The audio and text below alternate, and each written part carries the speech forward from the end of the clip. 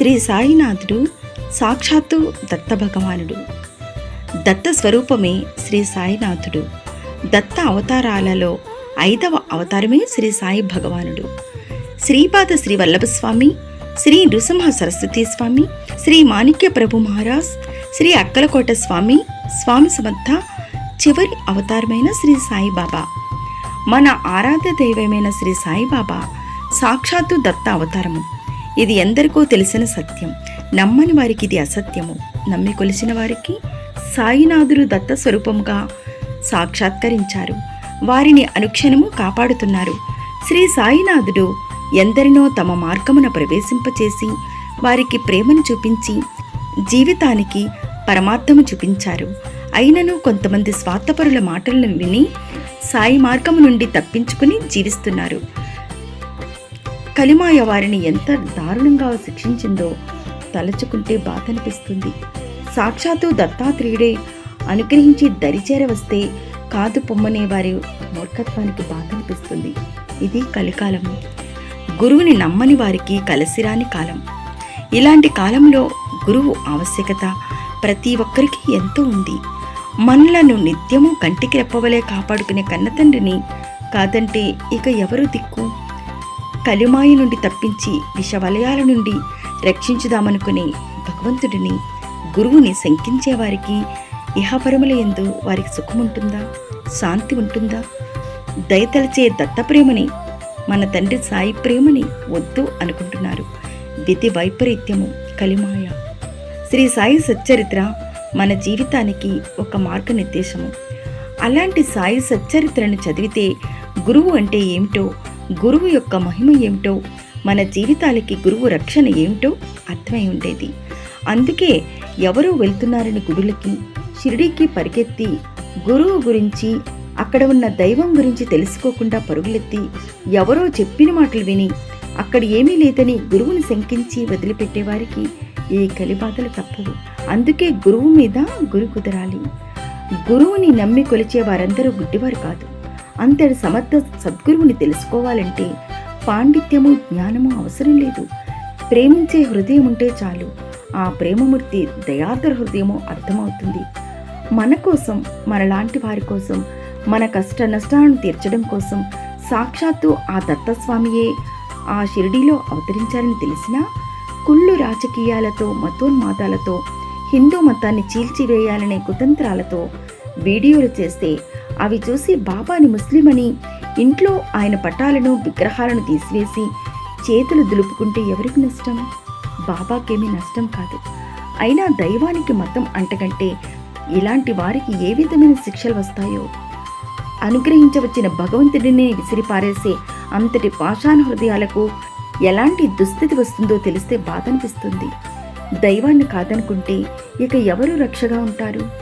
ఇంతవరకు ఎవరి కరుణతో కుటుంబాన్ని హాయిగా సాగించుకుంటూ వస్తున్నారో అదే కుటుంబం ఇప్పుడు ఆ దేవుని రక్షణ లేకుండా ఎలా సాగించాలనుకున్నారు? ఎన్ని కష్టాలు వచ్చినా సరే ఆ కష్టాల నుండి గట్టెక్కించి రక్షించే కన్నతండ్రి సాయినాథుడు ఉన్నాడని, మమ్మలను కాపాడుకుంటాడనే నమ్మకంతో ఉన్న సాయి భక్తులెక్కడా? ఎవరో కుతంత్రాలతో పెట్టిన వీడియోలు చూసి నమ్మకాలను పోగొట్టుకొని అనుగ్రహించవచ్చిన దైవాన్ని పోగొట్టుకునే ఈ మూర్ఖులు ఎక్కడా?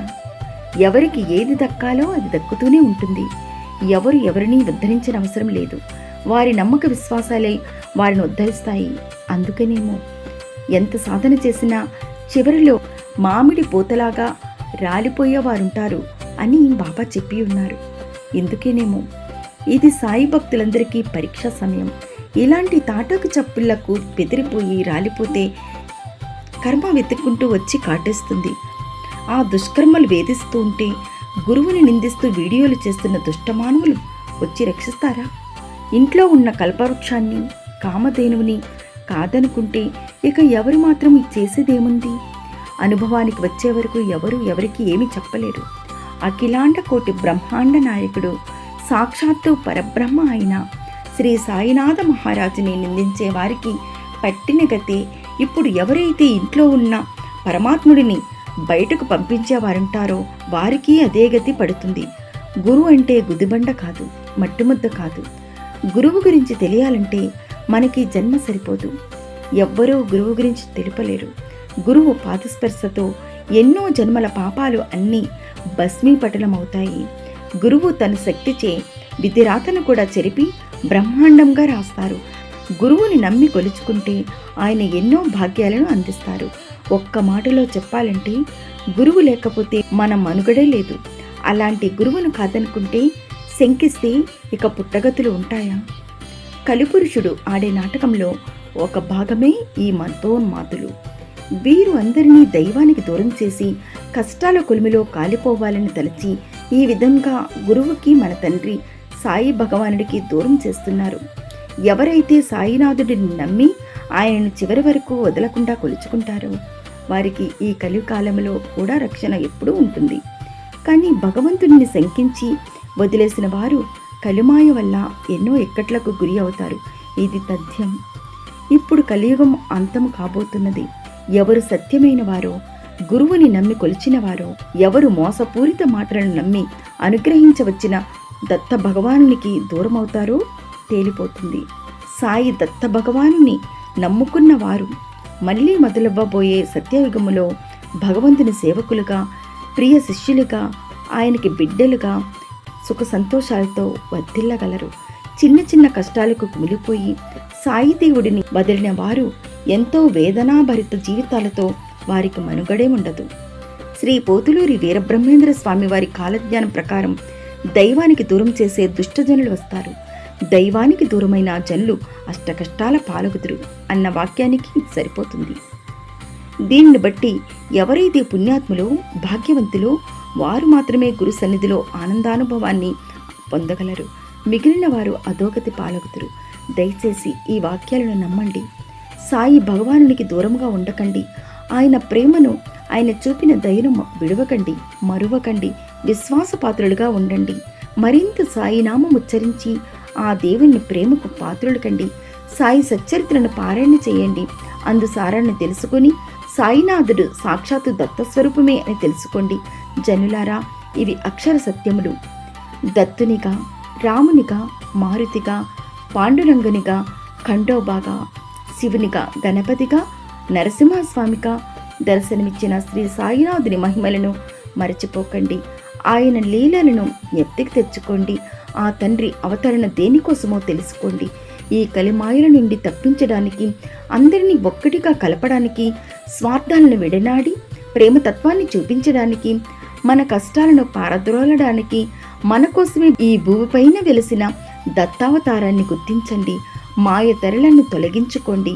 అలా షిరిడీలో వెలిసిన శ్రీ సాయినాథుడే దత్త భగవానుడని తలచి నమ్మి కొలుచుకోండి. ఆయన దివ్య అనుగ్రహాన్ని పొందండి. మన తండ్రిని కొలుచుకోవడానికి ఎవరికో భయపడనవసరం లేదు.